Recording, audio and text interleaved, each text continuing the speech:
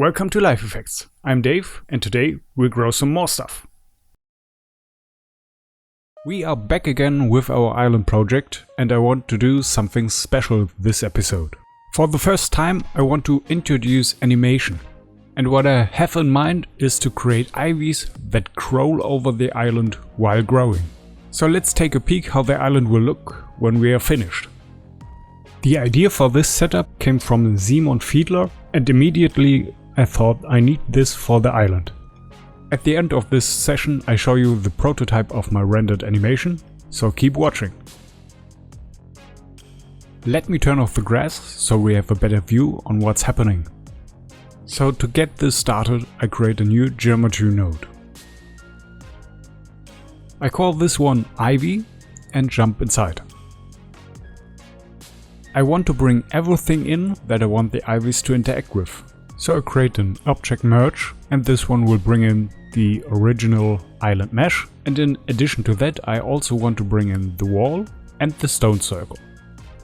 I already prepared some nulls in those geometry nodes, and if you name them out with capital layers, those nulls will always be on top of the list.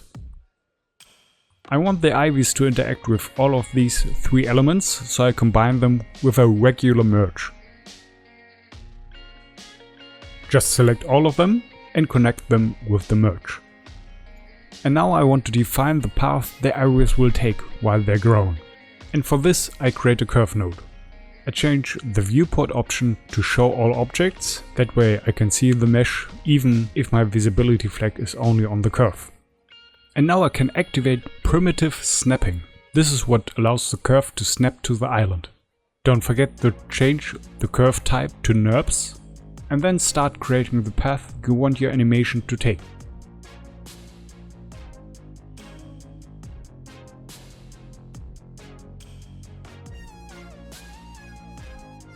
This is our curve, let's see where it leads us. The curve runs smoothly along the mesh, but our main problem now is that we don't have any normals on our curve. If I hit the display normal switch, nothing shows up. So let's address that issue, and we can do that by creating a normal node. If I hit the display normals again, you can see we now have normals indeed, but those are the normals of the vertices. We need point normals. Those are the normals we want to transfer on our curve. And this is very easy by using the attribute transfer node.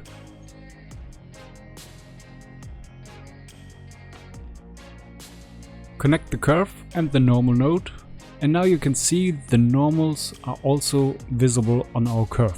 We only need the point attribute, so we can get rid of the primitive section and type in the n for the normals in the point section. I want this curve to be the origin point for the ivies, so I want it to be slightly above the surface, and the way I can do that is by using vex. So let's create a wrangle node. And what I want to achieve is to push the curve slightly higher. And the easiest way would be to address the position information and add a value onto that. And this value takes the information from the normals in addition to a value that we can define with a slider. The slider we can define by using the command ch, called the attribute push, and with this button the slider automatically gets created. And if we now drag the slider, you can see the effect on the curve. We have direct control about the distance to the surface, and let's go with a value of 8. Next we need way more points on our curve, so let's use a resample node.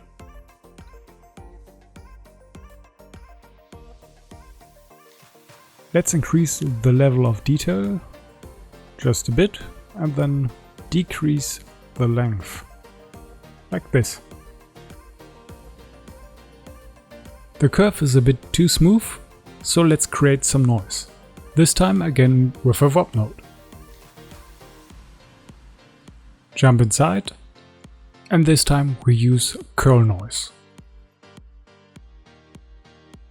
So we feed the position information of the point into the noise and then add the result on top of the original position. That's what the add node is for. So put in the original position data and then the curl noise data, and the result goes back into the output. This is of course way too strong, so let's tweak the settings a bit. The frequency can be a bit higher, but therefore the amplitude has to be way down. So let's see what we got so far. We have a curve that runs along our island. That curve has normals, and we have quite a lot of points on our curve. The idea behind this concept is that we have a trigger that starts the growth animation. That trigger will be a vex attribute. So let's create an attribute wrangle.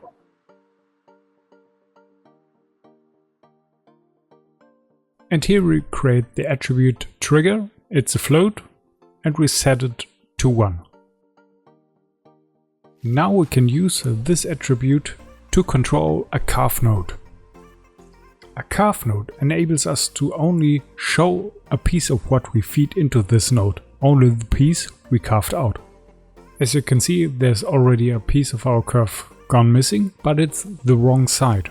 So let's deactivate first U and activate second U. And with this parameter we can now manipulate our curve like we want to. Since we wanted an animation, let's make this parameter time dependent. And we can do that simply by typing in $t, which is the internal counter for seconds. Let's divide it by 10 and see how fast the animation goes. The full reveal takes 240 frames. So in a scene with 24 frames per second, we have 10 seconds. If it's too fast, we can always come back later. And in the next step, we want to address the points we got so far. We don't want to use all of these points. So let's create a chaotic seed. Create a scatter node and use the point warp as input. Let's lower the maximum point number to, let's say, 750. And then we want to deactivate the option relax iterations. With that we already have some sort of randomization. So now it's time to use our trigger attribute. We want to use the attribute to determine how much of our curve is visible. So we use an attribute transfer node to bring the trigger to our scattered points, feed the scatter and the carve into it, and we only need one point attribute. So deactivate primitives and type in trigger for the points. We can't see anything yet, but the reason for that is the distance threshold. In this case, this determines how far a point is going to look to transfer the trigger attribute. And as you can see, 10 is quite a lot. It exceeds the whole island. So let's decrease that to a very low value, let's say 0.01. And now all of our scattered points will one by one activate the trigger attribute. We cannot see this right now on the viewport, but we can see it in the geometry spreadsheet. Here you can see the trigger attribute, and with each second that passes in the timeline, you can see that more and more points get the trigger attribute with the value of 1. And now it's time to create our key ingredient, the solver. And to give you a brief explanation how this node works, we have the previous frame, which holds all the information of our scene in the status of one frame before. And for what comes next, Vex is again a great solution. So we need another wrangle node,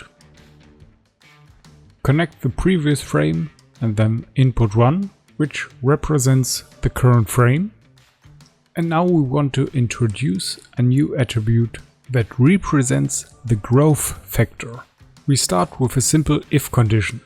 And what we do now translates to if the point that comes in at the current time has a trigger value that is greater than 0, then we go one step further.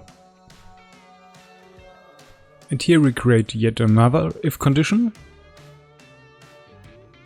If the attribute growth is lesser than 1, then this condition is true and the next command gets executed. And the command is take the float variable growth and add 0.02 to the value. And in simple words, what this all means is whenever a point with an active trigger enters this wrangle, it gets checked for its growth attribute, and if this is lower than 1, add 0.02 to the value.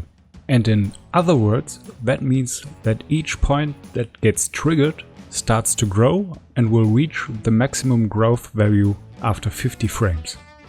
So let's jump out of the solver and continue with our network. What comes now will be some Vex coding that takes the heavy lifting of this effect. Connect the solver with slot 1 of the attribute wrangle, and then we need the mesh of the island in slot 2. I explain why later. What I want to achieve here is to create some branches that start at the curve and then grow in random directions, but with the target of somehow to connect with the island. So the first thing that we need to do is create the random vector. So let's create a vector variable and call it random vector. The final result will be normalized, and we want to limit the range of the vector with a fit range, and at the base of this statement we have a random value generated by the point number. And the values for the fit range is either a vector of -1 or a vector of +1. Basically, we created a random direction with the start point of the curve. Now we have to find the position where this vector leads us.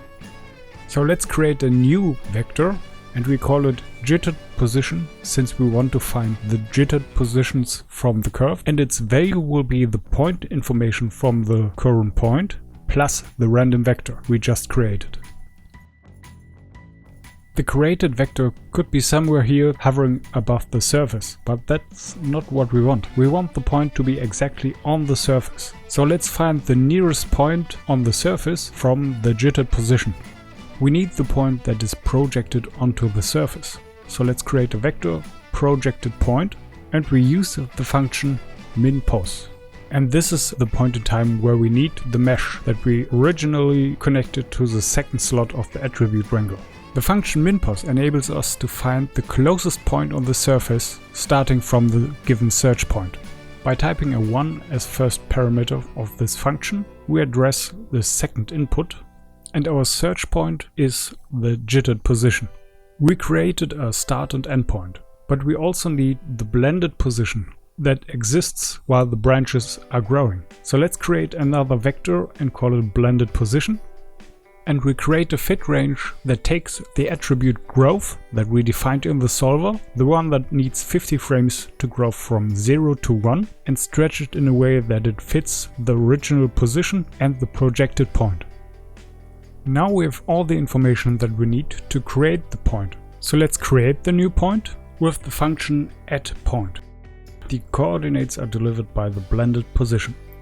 So let's start the simulation and see what we got so far. And this is exactly what we tried to achieve. As soon as the point gets triggered, a new point gets created and wanders off in a random direction, but with the target of touching the surface of the island. This looks promising, but the new point also needs the growth attribute. At this time we only used the growth factor from the current point, so we have to transfer the attribute over to the new point. There is a node for the task of transporting an attribute over to another point, but in our case we can also just do this with Vex. The function that we use is called setPointAttrib, and we only need to provide the name of the attribute, the point where we want to transfer the attribute to, which value we want to use, and then the mode in which the function should work. And you can see that it worked if I now show you the geometry spreadsheet. Here we have the growth attribute, and if we now let the timeline go, you can see that more and more of these points are starting to increase until they reach a value higher than 1. So let's take a look if the animation reaches the end, and it seems to work fine. So now let's create the line that connects the 2 points to create the branch. And for that we need a new primitive. The appropriate function is called addPrim, and we have to tell the function which style of primitive we want. And we want a polyline. Next, our primitive needs 2 vertices, one vertex for each point. The first one will be the point that is currently running through this wrangle, and the second one will be the point that we just created. And as you can see, we now have a line that connects our start and end point. I especially like how the points are interacting with the stone circle. So now we don't want the branches to be totally straight, but if we want to do anything with them, they need a few more points. So let's create another resample node, and right off the bat our points have increased. We might need more than that, but let's start by setting this up first. The resample node offers a nice little feature. You can activate curve view, and this allows you to give each point on the resampled curve a unique number that is a reference for the position on the curve. Now we create a VOP node to distort the branches.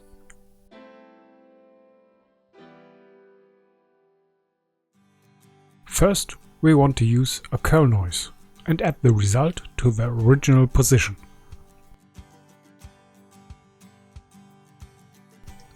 Let's promote the important parameters so that we can edit them on the layer above.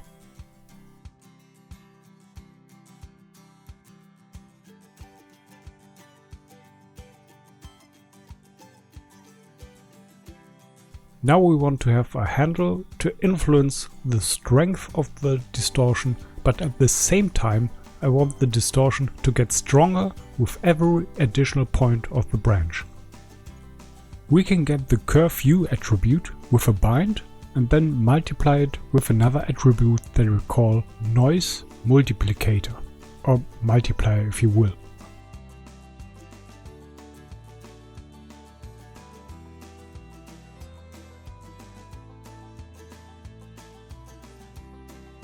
The result goes into the amplitude of the curl noise.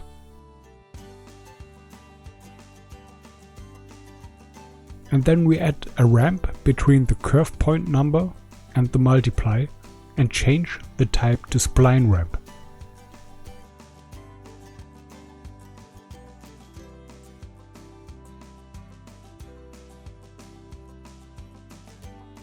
But we also want to create some additional response in relation to the growth attribute. To use it as offset in our curl noise, we need to create a vector with it. So create a float to vector, connect it to the offset, and then feed the growth attribute in all 3 vector inputs. With that, the growth animation has a much more dynamic look. The only thing left is to increase the amount of points. This will give our network much more to work with and we can fine-tune our setup.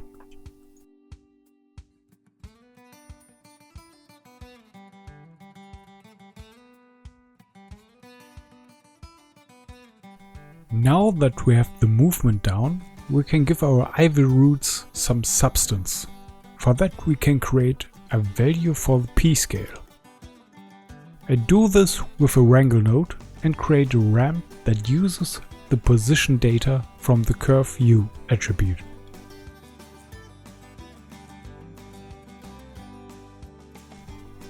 The result has to be multiplied with 0.01 so it doesn't get too big. For the real substance I use a poly wire. With the default settings, this is what we get. So first we need to tell the poly wire to use our p-scale for the width radius. But now our ivies will disappear because we have not yet created the ramp. So click on the icon on the right side and instantly we have the p-scale data. If we keep the ramp like this, the branches start small and get bigger.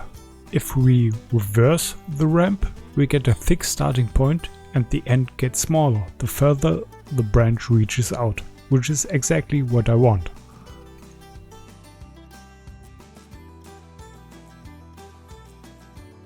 And we're almost finished.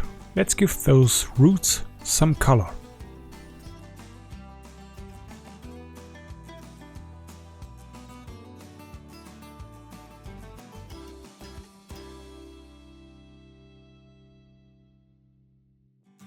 As you might have noticed, we can only see the branches. The original curve is missing, so let's give it also a polywire. For more details, increase the divisions, which will give it a round appearance. Now we can merge the curve with the created branches. Add a color for the curve and let's see what we have.